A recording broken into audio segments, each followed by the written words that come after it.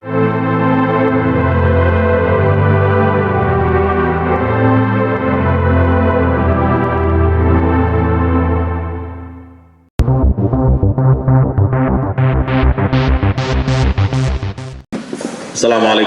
warahmatullahi wabarakatuh. Alhamdulillah nahmaduhu wa nasta'inuhu wa nastaghfiruhu wa na'udzu billahi min syururi anfusina wa min sayyiati a'malina may yahdihillahu fala mudhillalah wa may yudhlil fala hadiyalah. Asyhadu an la ilaha illallah wahdahu la syarikalah wa asyhadu anna Muhammadan abduhu wa rasuluh. Allahumma sholli ala Muhammad wa ala ali Muhammad amma ba'du. Yang kami hormati Camat Pejawaran atau yang mewakili, ini kebetulan yang mewakili termasuk kategori kiai tadi, jadi sambutannya itu ya pas sekali lah. Memang kalau pejabat itu berasal dari pondok itu rasanya adem ya. Ya kita doakan ke depan benar-benar menjadi camat temenan. Tidak hanya jadi wakil. Bismillah. Yang kami hormati Bapak Forkom Pincam ini hadir dari Polsek Kecamatan Pejawaran, matur nuwun, dan kita tunggu juga dari Bapak dan Ramil. Tapi kalau saya tadi lihat di postingan kelihatannya beliau sedang ada kegiatan dalam rangka hari ulang tahun TNI. Untuk itu kita ucapkan kepada institusi TNI selamat ulang tahun yang ke-77 bagi TNI, dengan ucapan mudah-mudahan TNI kita semakin kuat dan tidak pernah lelah untuk menjaga keutuhan Negara Kesatuan Republik Indonesia. TNI adalah kita, luar biasa. Yang kami hormati Kasih PD Pontren pada kantor Kementerian Agama Kabupaten Banjarnegara, ini Pak Haji Subhan. Ini jadi latihan dia ini, karena padahal tadi pagi sudah Pak Ngagem Kubluk, itu jawabannya luar biasa. Masa kasihnya kalah dengan Pak Camat ya? Tapi ya enggak apa-apa. Wong Kubluk itu kan budaya nasional itu.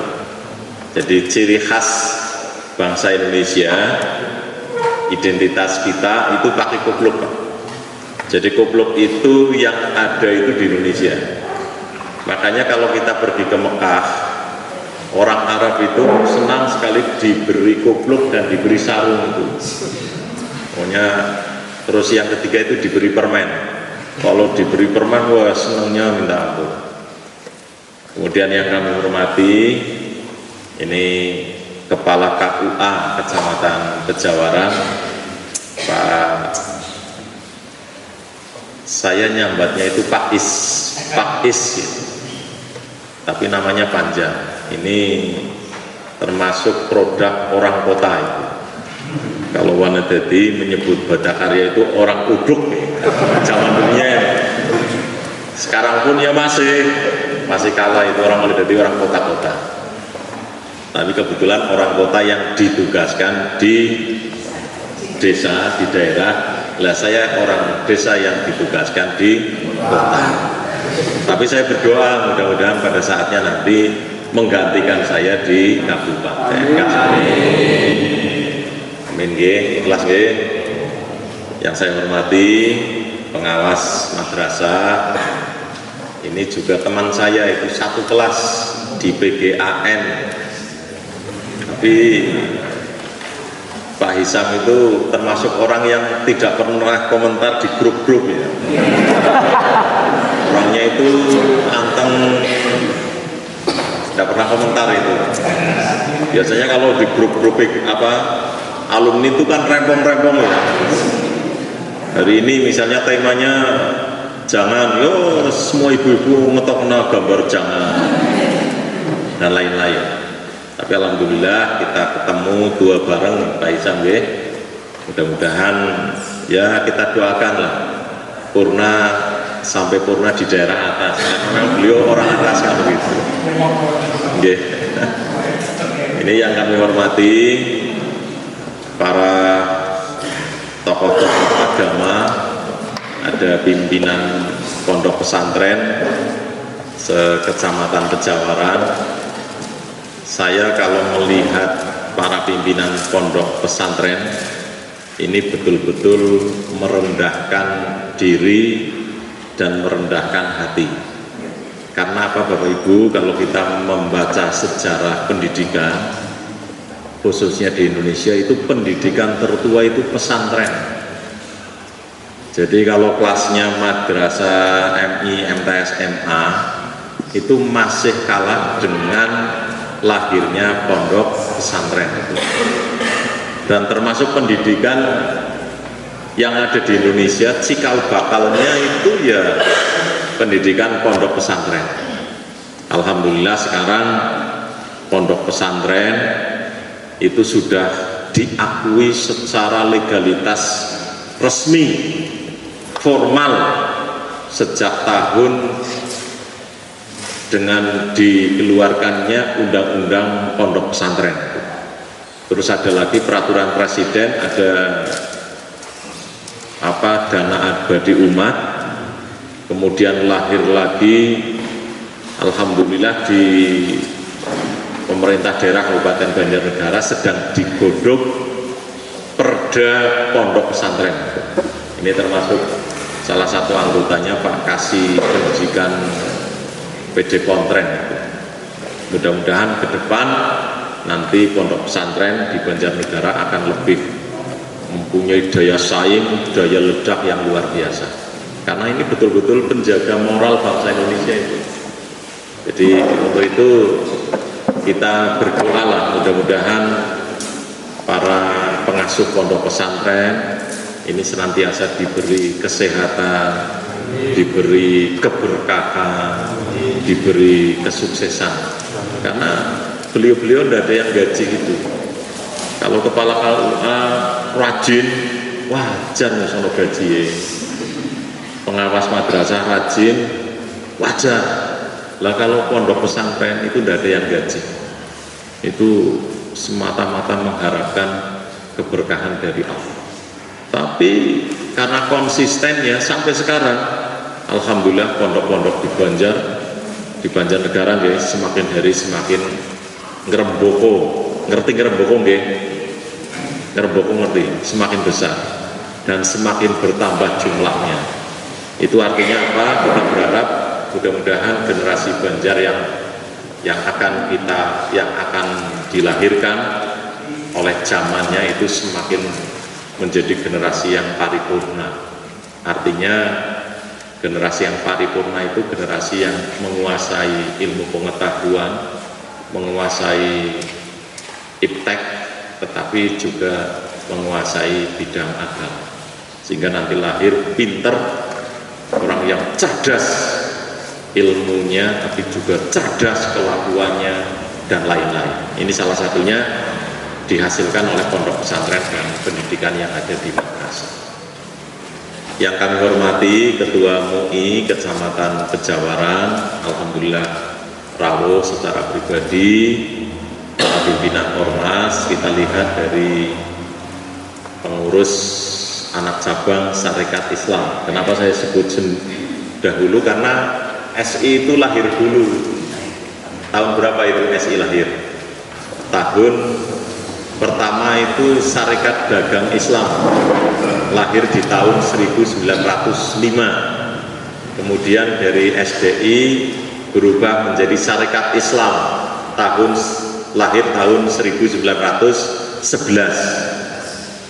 Temut-temut itu.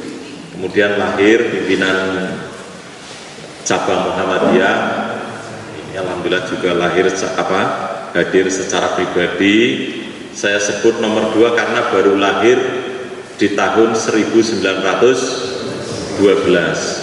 Dan yang ketiga ini Ketua MPC Nahdlatul Ulama, beliau lahir 1926. Ini berturut-turut, tapi merupakan organisasi-organisasi yang komitmen kebangsaannya kuat dan lahir sebelum Negara Kesatuan Republik Indonesia lahir. Dan ketiga ormas besar ini, mereka-mereka adalah yang melahirkan NKRI.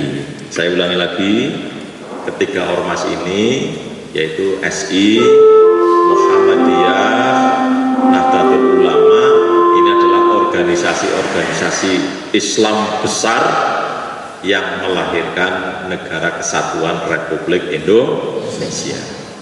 Kemudian hadir juga, ini saya sebut pertama, ini Barisan Serbaguna Banser, itu lahir di tahun 1937.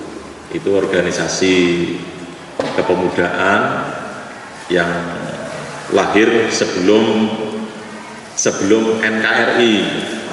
Kemudian kita sebut Kokam, lahir 1965. Ini kelahirannya adalah untuk salah satu motivasinya adalah menjaga NKRI setelah lahir dan membasmi PKI. Itu sejarahnya demikian.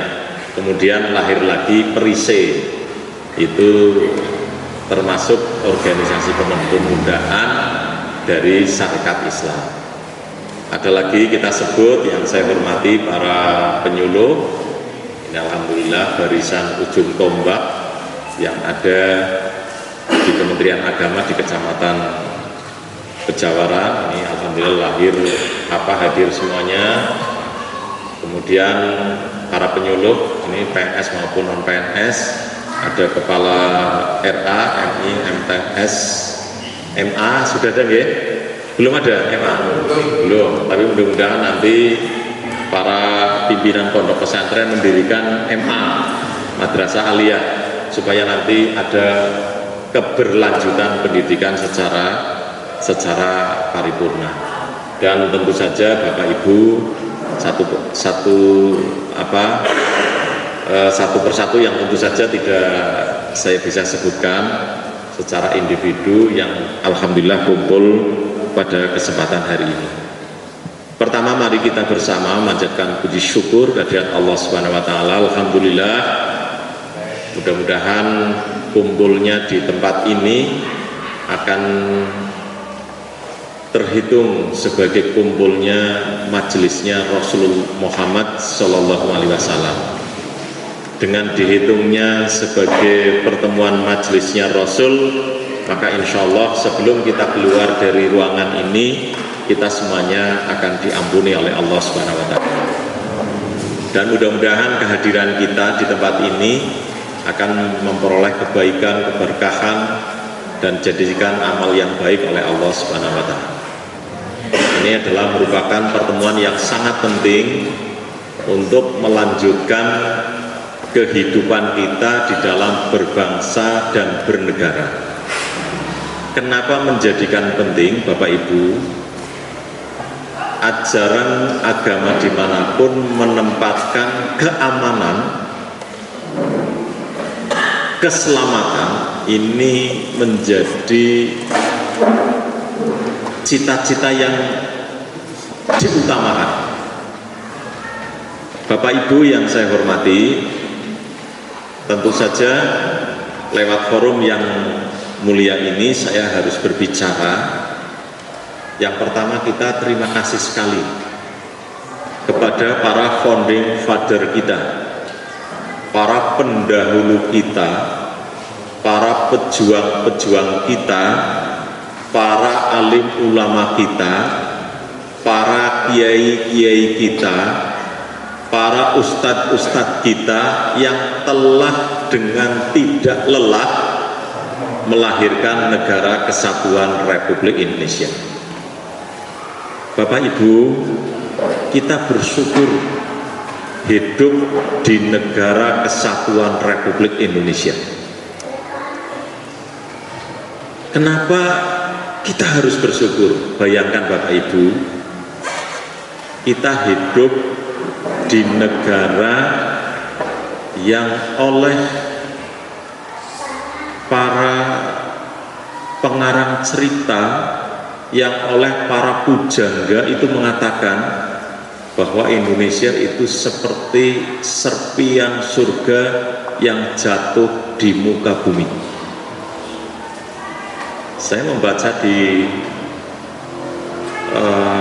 kitab-kitab kuno itu di negara Yunani ada namanya Aristoteles. Pernah dengar nggih? Pernah baca sejarahnya nggih?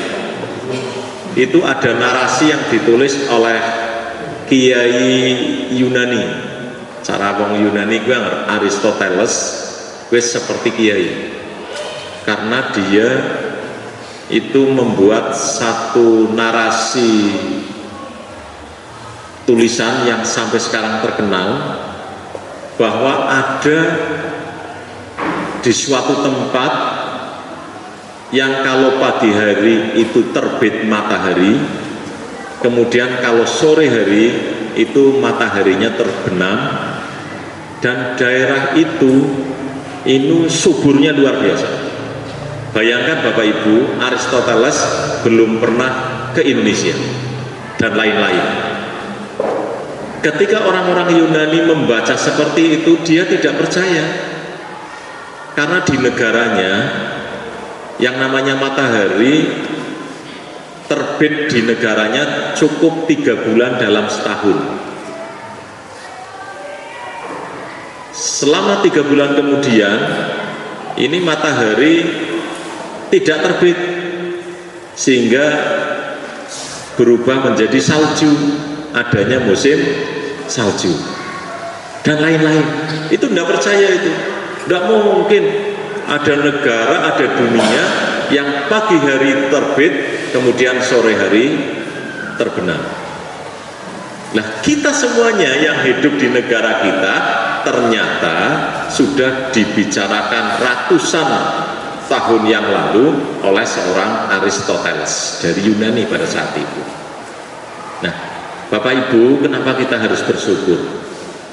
Jika dibandingkan dengan negara-negara lain, ternyata alhamdulillah kita bisa hidup dengan nyaman, tenang, tentram, sampai-sampai digambarkan oleh penyanyi Kus Plus bahwa tongkat kayu jadi tanaman, terus kolam, sungai, danau jadi lautan susu. Digambarkan begitu makmurnya negara kita. Piantun-piantunnya, para penduduk, para warga yang hidup di negara kita, alhamdulillah begitu lahir sudah punya DNA kesatria dan patriot. Kesatria dan patriot. Kalau kita bicara patriot, alhamdulillah semua warga negara mencintai negaranya. Ini dibuktikan Bapak Ibu, di setiap suku itu ada tarian-tarian yang berciri khas perang. Ini di suku manapun pasti ada tarian-tarian perang itu. Itu artinya apa? Bahwa kita semuanya ini dilahirkan sudah punya DNA patriot, mencintai negaranya, mencintai tanah airnya. Kemudian satria, bahwa orang Indonesia itu kalau diperlakukan tidak baik oleh bangsa-bangsa asing, ternyata apa? Itu di samping tidak terima, mereka berjuang. Sampai-sampai di dalam sejarah terjadi peperangan mengusir penjajah di berbagai daerah karena apa? Diperlakukan dan dijajah oleh bangsa asing. Tentu saja ini yang lebih menggembirakan lagi, para alim ulama yang terus-menerus mengobarkan semangat perjuangan. Kita lihat Bapak Ibu, kalau di Jawa ada yang namanya Pangeran Diponegoro.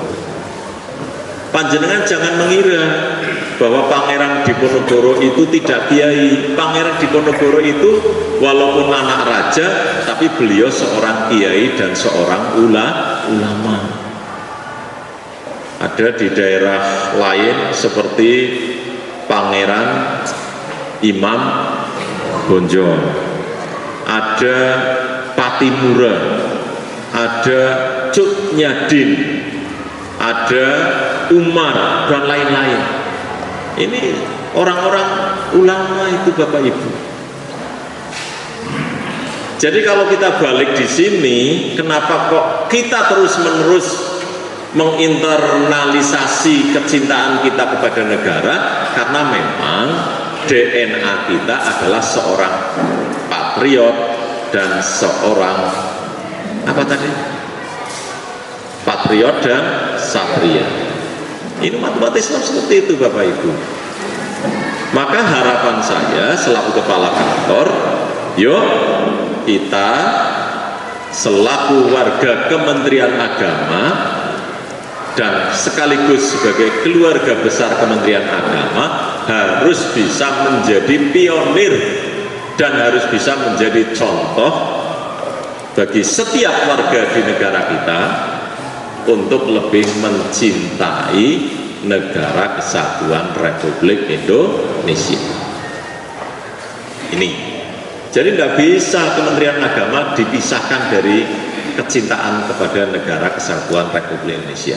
Karena apa? Karena memang DNA-nya kita seperti itu. Tadi saya matur tahun 2000, tahun 1905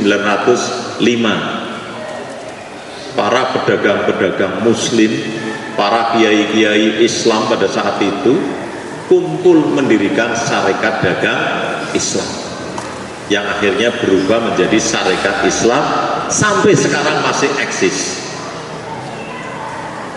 Kemudian tahun 1912 Kiai Haji Ahmad Dahlan mendirikan Muhammadiyah dan sekarang masih eksis, bahkan mewarnai di setiap perjuangannya.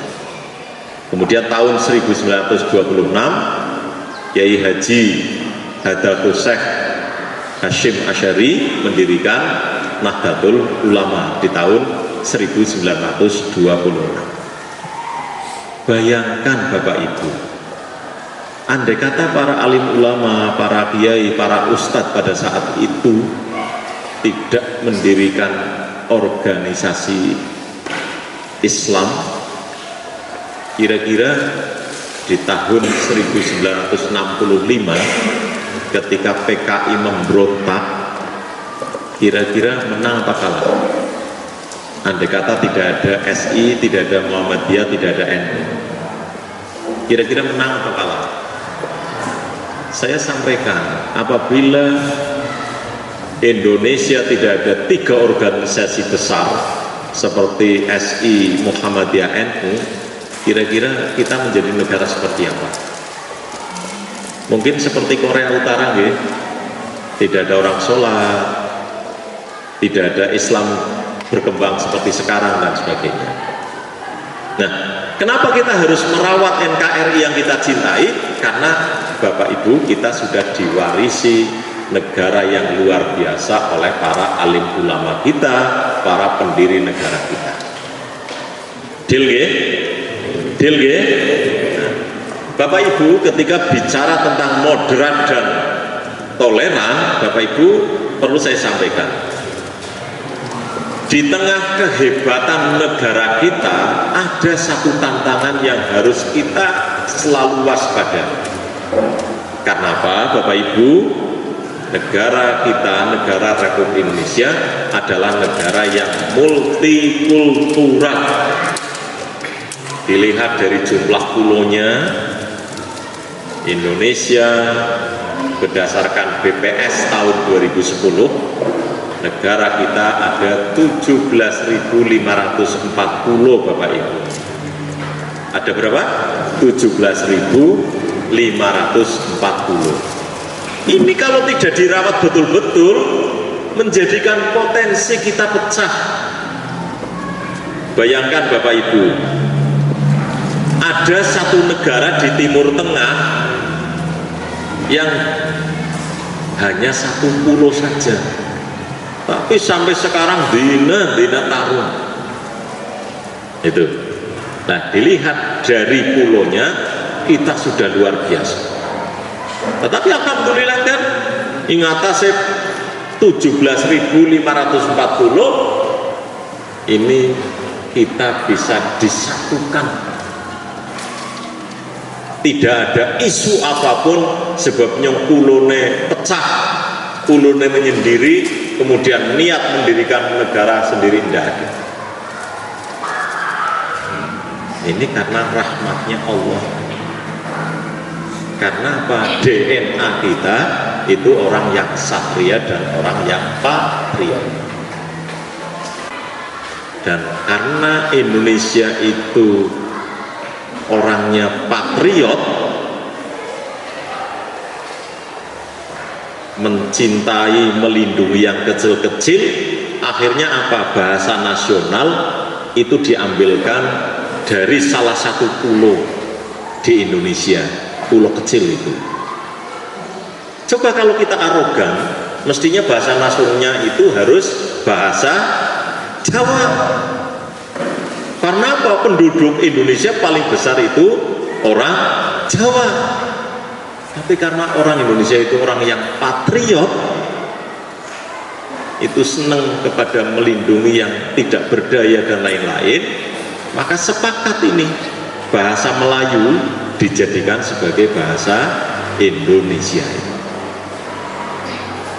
Coba kalau sekarang Indonesia belum bisa menentukan bahasa nasional, kira-kira bahasa apa Bapak Ibu yang akan dipakai kalau referendum?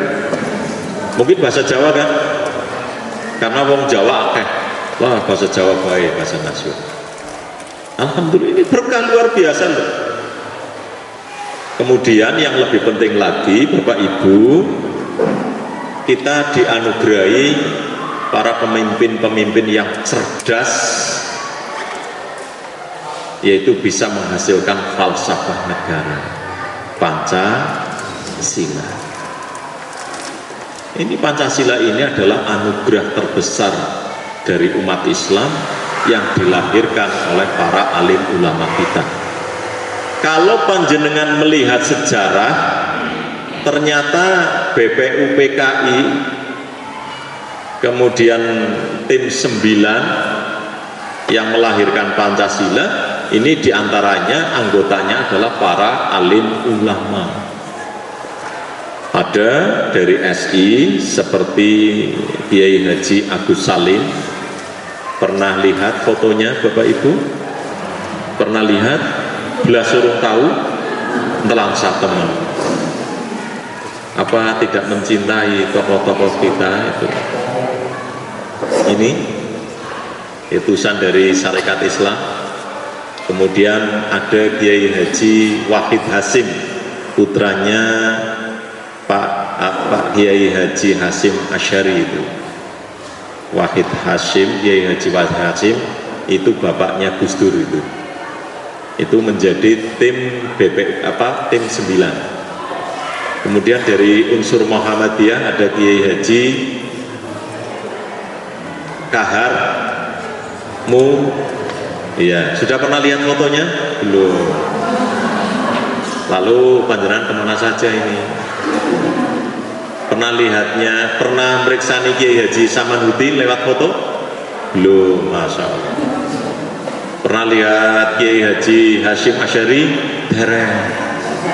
Pernah meriksa Kiai Haji Ahmad Dahlan? Dereng. Terus panjenengan selama ini kemana? Kenali tokoh pejuang kita, tiru mereka supaya kita lebih mencintai negaranya.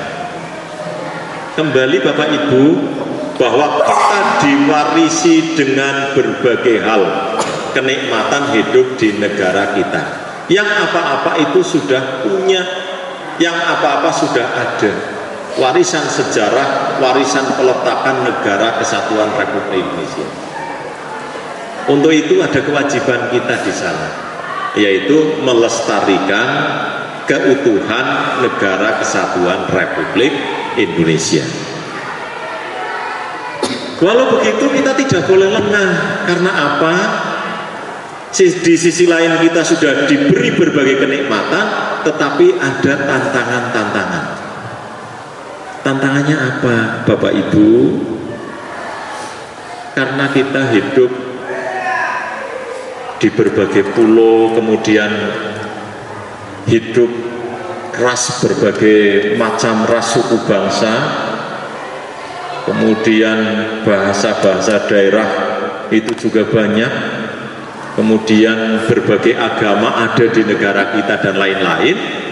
Supaya ini bisa hidup berdampingan, nyaman, tentram dan sebagainya, maka kuncinya hanya satu, yaitu saling hormat, menghormati. Yang kedua, saling menghargai perbedaan.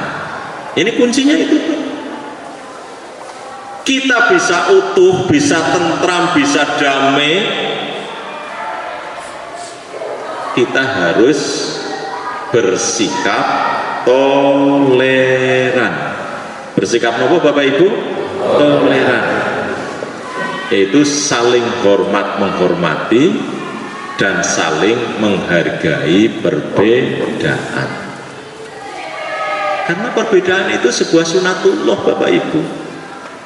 Jangankan mengelola satu negara yang sangat besar ini, mengelola satu keluarga saja, ini kalau kepengen berhasil, kepengen sukses, kuncinya itu menghargai perbedaan, saling hormat menghormati, itu kuncinya itu Pak. Orang kalau ditarik cara pikirannya harus sama, tidak mungkin Bapak Ibu, tidak mungkin. Adanya apa? Cuma hormat menghormati. Kalau kita sudah seperti itu, ayo kita praktekkan dalam kehidupan sehari-hari. Maka ketika kita sudah bisa melaksanakan bersikap toleran, maka insya Allah dimanapun kita hidup itu akan tenang. Di dalam satu keluarga, kalau itu sudah diterapkan, maka tenang. Bapaknya akan menghormati ibunya, ibunya akan menghormati bapaknya. Karena apa? Sudah bisa saling hormat menghormati. Karena tidak mungkin, walaupun suami istri yakin cara pandangnya, cara impiannya dan lain-lain itu akan berbeda-beda. Betul bisa tidur bareng dalam satu selimut, tapi cara pikir, cara pandang dan sebagainya ini pasti berbeda. Kuncinya apa? Cuma saling menghormati. Kalau Bapak Ibu mempraktekkan, monggo pada suatu ketika, ini satu madrasah misalnya, MTS Muhammadiyah Sarwodadi, kepala gurunya, kemudian komitinya, kemudian yayasannya diajak ke rumah makan, kemudian disajikan berbagai menu. Saya pastikan di dalam memilih menu itu pasti berbeda-beda. Ana sing karepe wedang bening mawon, saya bening saja. Masa bening ngono-ngono biana jus duren dan lain-lain. Itu dari sisi itu. Maka satunya hanya menghormati perbedaan. Tidak perlu dikomentari dan yang kau minumannya bening, kayak kau meledak temen jus alpukat dan lain-lain. Itu dari sisi makanan, belum dari sisi cara pola pikir dan lain-lain. Maka kekuatan kita ketika ingin terus-menerus melanggengkan dan menjaga keutuhan NKRI, ayo Bapak Ibu, kita tradisikan harus bisa menghormati, segala perbedaan yang ada pada kita. Maka sudah tidak ada masanya lagi Bapak Ibu piantun SI gontok-gontokan dengan piantun NU, piantun NU gontok-gontokan dengan piantun Muhammadiyah dan lain-lain. Sudah tidak ada zamannya lagi, karena memang kita sudah sunatullah itu memang kemauan Allah. Kalau Allah menghendaki sudah dari dulu membuat manusia sing wajahnya sama seperti Pak Aris kabeh dan begitu, atau seperti Pak Hatno kabeh wajahnya. Udah kan, ini sudah sunatullah Bapak Ibu. Cara pakaiannya, cara apa dan sebagainya. Kuncinya hanya apa? Toleransi. Ingat ini loh, kata kuncinya itu loh. Maka kalau sudah begitu, ayo yang kita kedepankan adalah titik temunya. Kalau dicari titik bedanya, sampai kiamat tidak akan ketemu, sekalipun kita terhadap istri kita. Tetapi harus saling melengkapi. Deal nggih? Kalau kita sekarang lihat, tadi saya matur dengan Pak Ketua MPC, ada teman-teman yang ada di ruangan. Kalau zaman sekarang itu sudah luar biasa Pak. Ini waktu zaman kecil ya, tahun 70-an ya Pak Arif ya. Wong Muhammadiyah angger nampa lamaran ditakoni, kok organisasinya apa? Ya, iya waktu itu kan. SI Pak, ya jangan dulu ya Pak, atau kecuali kok belum lebu SI, lebih ditambah itu waktu itu. Tapi sekarang luar biasa, tokoh Muhammadiyah, dua mantu pemuda Banser, sudah banyak itu. Tokoh NU, dua pemuda atau dua mantu pemuda Muhammadiyah, usahanya contohnya dan lain-lain. Itu jadi secara alamiah. Karena apa? Karena mereka sekarang sudah tahu bahwa yang namanya Muhammadiyah, NU, SI itu sebagai alat, bukan tujuan. Tujuannya apa? Yaitu ingin meninggikan agama Islam dan menjaga keutuhan negara kesatuan Republik Indonesia. Jadi komitmen kebangsaannya itu kuat. Itu. Deal nggih? Dan lain-lain.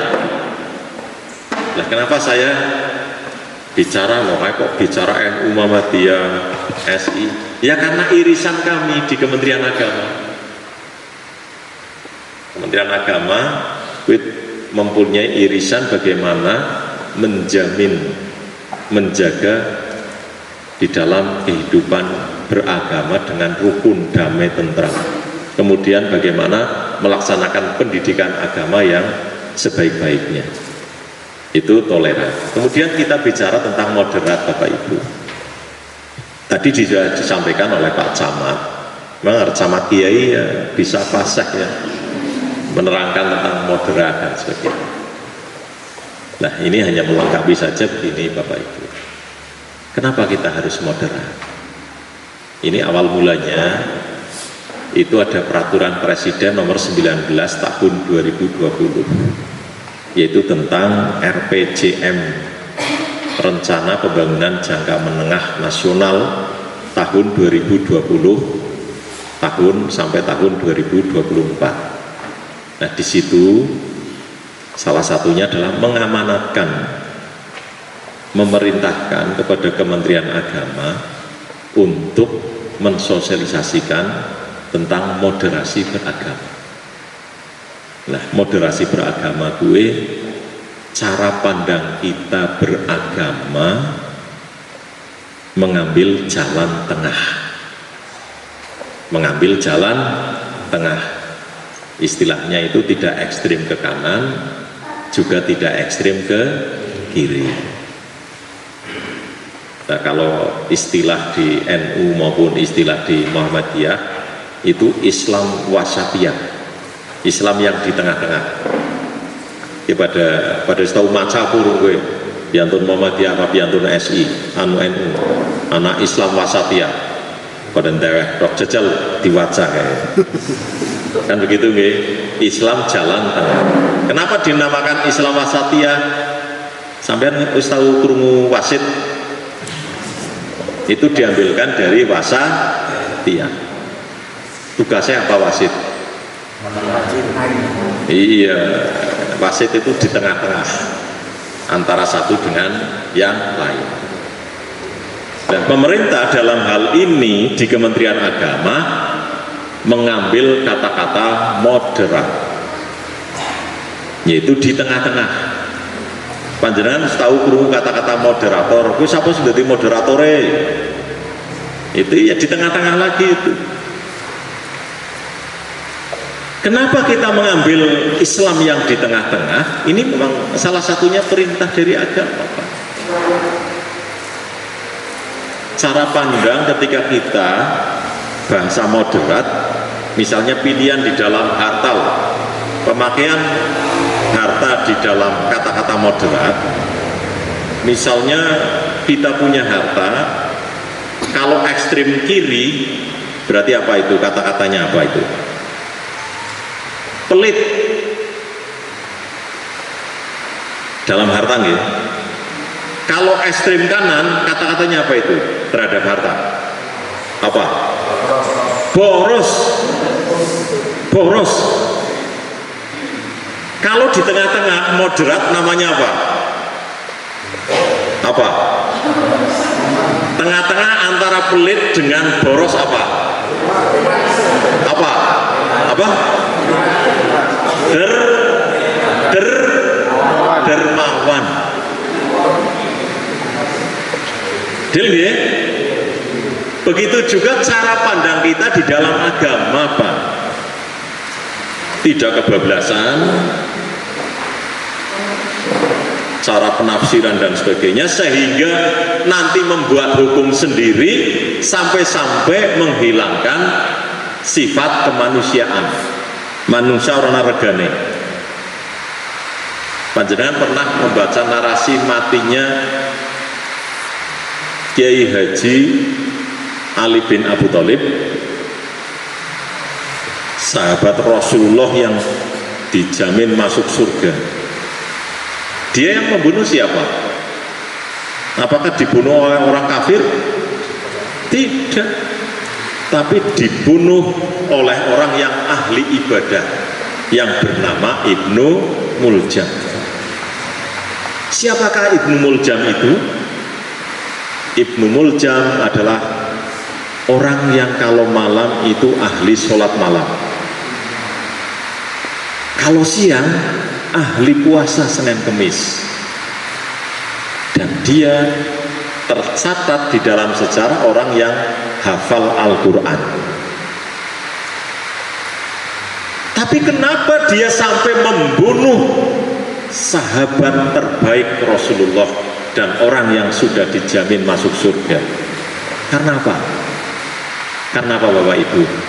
Karena cara pandang di dalam beragama salah, sampai membuat hukum sendiri, mengatakan bahwa Ali bin Abu Thalib adalah halal darahnya, orang yang harus dihukum dan lain-lain. Lah kita di dalam beragama jangan seperti itu. Kalau ini sampai terjadi di masyarakat kita, akhirnya apa? Orang yang tidak sama jaketnya dengan kita mengko halal darai. Akhirnya apa? Allahu Akbar. Di sisi lain yang lain juga Allahu Akbar, tapi niatnya saling bunuh membunuh. Ini karena cara pandang agama yang kebablasan. Alhamdulillah di Indonesia yang digawangi oleh 3 ormas yang besar ini, alhamdulillah tidak ada yang punya pandangan seperti itu. Karena apa? Islamnya Islam wasatiyah, Islam yang selalu mengagungkan terhadap kemanusiaan. Coba sih dicermati di negara kita, wajar ada perbedaan cara pandang terhadap teks tertentu rame di media massa, tapi kalau sudah ketemu biasanya uduk bareng, gergeran dan lain-lain, ngopi bareng, selesai itu orang Indonesia.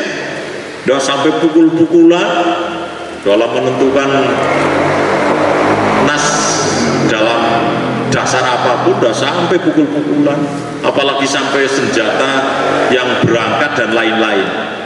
Kadang-kadang cukup sedikit berdebat di media massa, tapi kalau sudah ketemu biasa gergeran, guyon bareng, cipika-cipiki dan lain-lain.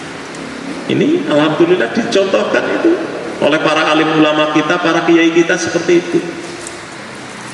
Coba bayangkan di luar negeri, antara satu umat Islam dengan yang lain bisa saling tembak-tembakan. Dan lucunya, satu Allahu Akbar, yang lain juga pegang senjata, Allahu Akbar. Yang ditembaki itu saudara-saudara seiman. Mengerikan nggak? Hanya karena apa? Karena beda baju, beda aliran, beda golongan dan lain-lain. Paham apa yang saya sampaikan ini, Bapak Ibu? Mari, ini harus diteruskan. Maka kita jangan sampai kebablasan, Pak, ke ekstrem kanan atau ke ekstrem kiri, membuat satu aturan yang longgar. Seperti 2 tahun yang lalu itu ramai di media massa, halalnya berjima. Berjima ngerti orang? Ngerti ya? Jumhur ulama mengatakan bahwa berjima yang diperbolehkan melalui pernikahan. Itu sudah deal. Ulama-ulama kita seperti itu. Tapi kemarin ada satu golongan, bukan satu golongan, ada orang yang membuat hukum kebablasan ekstrem kiri. Halalnya berjima itu di samping melalui pernikahan juga ada 3 syarat. Ada 3 syarat lagi. 1, kalau yang bukan melalui pernikahan. 1 melalui pernikahan dan 1-nya lagi tidak melalui pernikahan. 1, tidak yang ini anggar ini ketika bicara berjima mesti pada jingleng Bapak, termasuk Mas Harno. Ini berjima halal tidak melalui pernikahan, melalui ada 3 syarat yang harus dilalui. 1, yang digauli adalah wanita yang tidak mempunyai suami. Apa itu gadis, apa itu randa. Deal nggih? Harno, tulis Harno. Yang kedua, berdasarkan suka sama suka, tidak ada paksaan, melalui transaksi. Yang kedua. Yang ketiga, tidak dilakukan di tempat umum. Itu sah itu. Itu kemarin 2 tahun yang lalu paham seperti ini ditentang habis-habisan oleh para alim ulama kita, bahwa itu paham yang kebablasan. Oh, jangan-jangan golongan aliran seperti ini mengatakan bahwa daging anjing itu halal dan lain-lain. Hati-hati nggih terhadap gerakan seperti ini. Maka ayo kita kembali ke tengah-tengah, yaitu moderasi beragama. Cara pandang kita di dalam beragama yaitu di tengah-tengah, tidak ekstrem kanan, tidak ekstrem kiri. Insya Allah kalau ini dipraktekkan, insya Allah akan aman, nyaman, tentram dan lain-lain, sesuai dengan Islam yang bagaimana, Islam yang rahmatan lil alamin. Nah, untuk itu kepada keluarga besar Kementerian Agama saya harap moga bisa membuka di internet, di YouTube dan sebagainya. Jadi moderasi beragama seperti apa sih? Karena dibatasi waktu sehingga tidak cukup untuk menerangkan. Monggo tek-tek tentang moderasi beragama dibaca. Bahwa intinya kenapa kita harus bermoderasi beragama, supaya kita hidupnya tenang, tentram, dan sebagainya. Nah, indikator moderasi beragama, Bapak Ibu, ini ada 4. Ada 4 yang harus dilakukan oleh kita semuanya. Yang pertama, ciri-cirinya moderasi beragama, ini komitmen kebangsaan kita kuat. Komitmen kebangsaan, yaitu mengakui adanya 4 hal. 1, Pancasila sebagai falsafah negara. Yang kedua, Bhinneka Tunggal Ika. Yang ketiga, NKRI harga mati. Yang keempat, Bapak Ibu, ini Undang-Undang Dasar Negara Kesatuan Republik Indonesia tahun 1945. Ini yang pertama, komitmen kebangsaan. Yang kedua, indikator yang kedua tentang moderasi beragama, yaitu anti kekerasan. Tidak boleh ini umat beragama di dalam menyelesaikannya itu dengan cara-cara kekerasan. Itu tidak boleh. Makanya ada istilah anti kekerasan. Yang ketiga, indikator moderasi beragama, bersikap toleran, yaitu menghormati terhadap perbedaan. Saling hormat menghormati, saling menghargai perbedaan. Kemudian yang keempat, Bapak Ibu, ini yang terakhir, menghargai terhadap budaya-budaya atau tradisi-tradisi di sekeliling kita, yang penting tidak bertentangan dengan akidah atau ketauhidan yang kita anut. Itu seperti itu. Nah, monggo bisa dijabarkan sendiri. Pada intinya, mari perilaku moderat dan perilaku toleran ini harus dilaksanakan oleh kita semuanya, menjadi budaya kita, baik di lingkungan kerja kita, baik di masyarakat kita, baik di rumah tangga kita, baik di negara kita, sehingga titik akhirnya negara kita bisa terwujud sebagai negara yang aman, tentram, damai, dan lain-lain. Itu bisa terwujud kalau rumah tangga kita di tingkat RT, di tingkat RW, di tingkat desa, di tingkat kabupaten, di tingkat provinsi, bahkan sampai di negara kita bisa, insya Allah bisa terwujud asal kita bisa bersikap moderat dan toleran. Demikian. Dan yang terakhir kami mengucapkan terima kasih ini pada Pak Kepala KUA, Pak Pengawas yang sudah melaksanakan kegiatan ini dengan sebaik-baiknya, dan mudah-mudahan insya Allah akan bermanfaat bagi kita semuanya. Demikian saya akhiri. Assalamualaikum warahmatullahi wabarakatuh.